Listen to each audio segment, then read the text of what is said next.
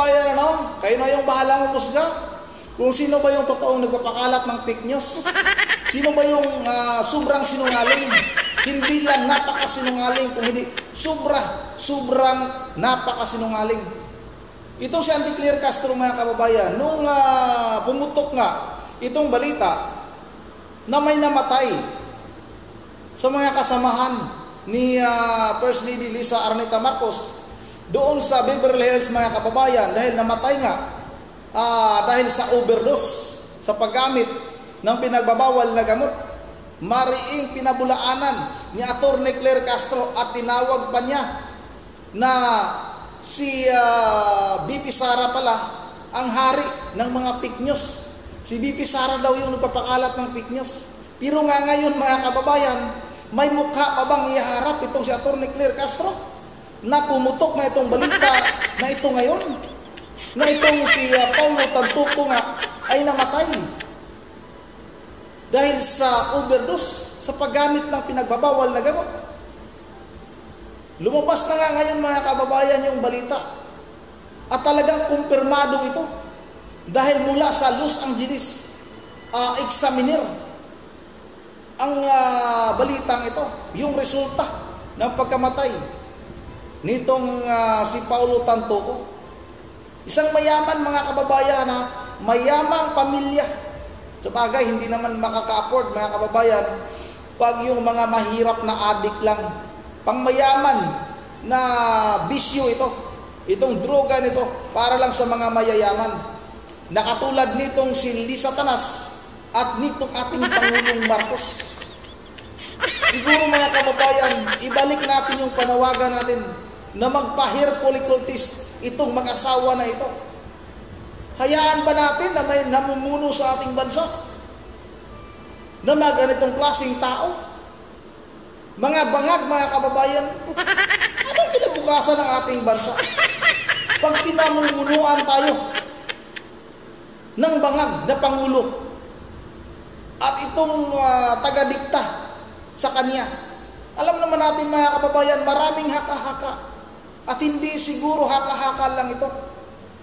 Na itong si First Lady Lisa Araneta Marcos, itong si Lisa Tanas, ay siya na yung nagpapatakbo ng ating bansa. Sunuran sa kanya. Itong si Ngagba, mga kababayan. O dapat siguro talaga magpa-drug test na, panahon na para magpa-drug test itong ating Pangulo. Patunayan nila na hindi sila mga sugapa sa pinagbabawal na gamot. Namatay, alalahanin natin, mga kababayan, namatay si Paulo Tantuco kasama itong si First Lady Lisa Tanas.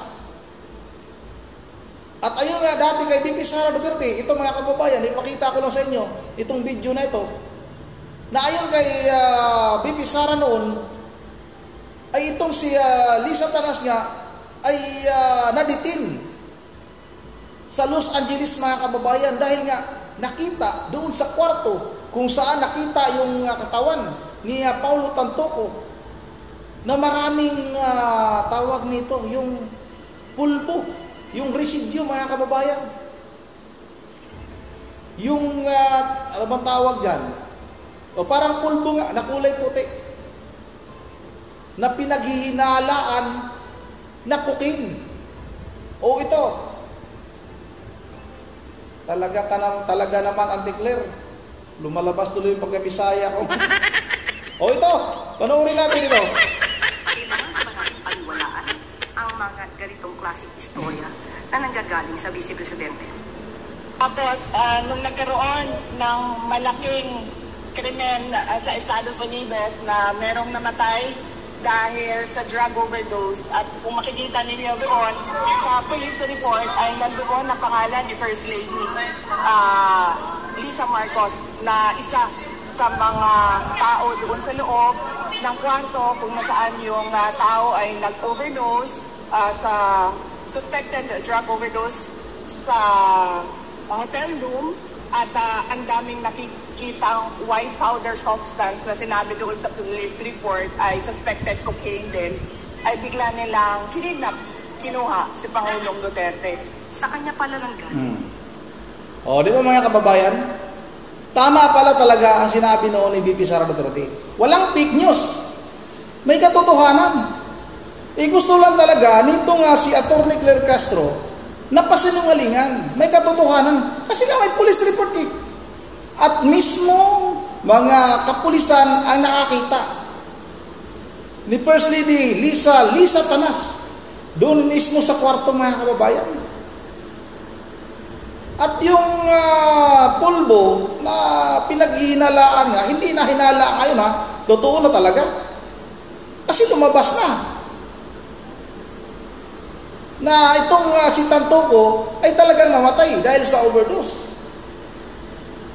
Tapos si Auntie Claire, mga kababayan, sinasabi niya pa, tinatawag niya pa si VP Sara Duterte na siya yung nagpapakalat ng fake news. Ibig sabihin, mga kababayan, itong mga sinasabi pala ni VP Sara Duterte ay pawang katotohanan.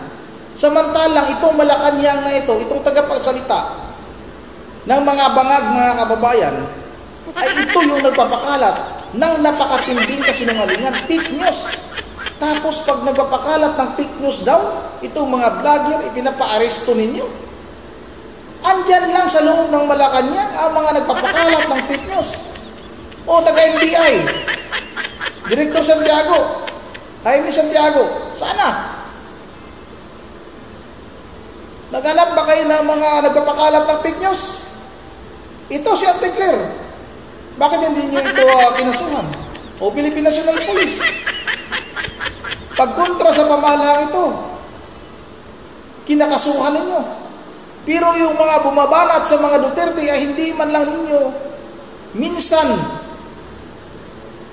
binigyan ng babala na mali yung inyong ginagawa. Tulad na lang nitong si Mike Abi. May babala ba kay Mike Abi? Wala, mga kababayan.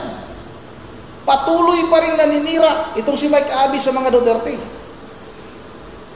O ito, patuloy natin ito. Ang fake news. Siya pala ang source ng fake news na ito na pinapakalat laban sa unang ina, sa First Lady. Unang-una po, kailangan pa ba natin paniwalaan ang mga ganitong klaseng istorya na nanggagaling sa Vice Presidente? Kailangan pa ba natin paniwalaan ang mga ganitong klaseng istorya na nanggagaling sa Vice Presidente? Tapos, nung nagkaroon ng malaking krimen sa Estados Unidos na merong namatay dahil sa drug overdose, at kung makikita ninyo doon sa police report ay nandoon ang pangalan ni First Lady Lisa Marcos na isa sa mga tao doon sa loob ng kwarto kung nasaan yung tao ay nag-overdose sa suspected drug overdose sa hotel room, at ang daming nakikitang white powder substance na sinabi doon sa police report ay suspected cocaine din, ay bigla nilang kinuha si Pangulong Duterte. Sa kanya pala nang galing. O mga kababayan, totoo nga yan. Excuse me. Kasi nung pumutok yung balita na yan, halos magkasabay yan eh. Siguro, nakalipas yung mga 2 araw, ayun na, pinakidnap na nila si dating Pangulong Duterte para mabaling yung atensyon ng mainstream media at hindi mapag-usapan itong balita na ito. Ano sinasabi mo, Atty. Claire, na source ng fake news? Kayo yung source ng fake news dyan. Kahit yung may mga katotohanan, ginagawa niyong kasinungalingan. O ilang beses nagtanong ang taong bayan noon, saan si First Lady? Gumagawa pa kayo ng mga edited na larawan para talagang may pakita ninyo na nandito lang sa ating bansa. Tapos nung nakauwi na, dito si Lisa Tanas, mga kababayan, saka sila nagpapakita ng video. Nandito yung ating First Lady. Kasinungalingan. Yung inyong mga sinasabi. Fake news yung sinasabi ninyo na nanditin sa Los Angeles itong si First Lady Lisa Arneta Marcos. O ito, mga kababayan, ito na yung katotohanan. Pahiya ka dito, Atty. Claire Castro. May mukha pa ba kayong iharap sa taong bayan? Na ganito. Ganyan kayo kasinungaling. Grabe naman, nakakapal ang mga mukha ninyo. Mga adiktos kayo. Diyan sa Malacanang.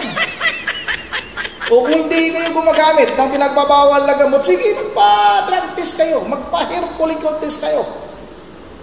Para mapatunayan ninyo.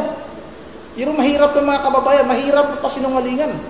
Dahil nga nasa report ng Los Angeles Police na itong si First Lady Lisa Araneta Marcos ay kasama doon sa kwarto. Sa kwarto kung saan natagpuan itong bangkay, nitong si Paulo Tantuco, mga kababayan. O paano nila mapasinungalingan yan? Anong ginawa doon ni Lisa Tanas? Eh baka nung naaresto, baka nung nakuha itong bangkay ni Paulo, mga kababayan, bangag pa itong si Lisa Tanas. Baka sakali lang. Talaga naman, mga kababayan, wala talaga tayong maasahan sa tawag nito, mga kababayan. Tawag nito sa pamalang ito. Piece of Death Hotel, tapos sa may tawag nito, mga kababayan, manner accident, investigator, ano bang investigator ito? Auro Laura Deputy Medical Examiner, Doktor, ito nilagay yung ano dito, mga kababayan, Dr. Jiburin Rapi, cause of dito, Cocaine Epix. Dito, mga kababayan, nakasulat. Hindi ko makita masyadong yan. Nakasulat nandiyan. Ate Claire, ay mukha pa ba kayong iharap sa taong bayan?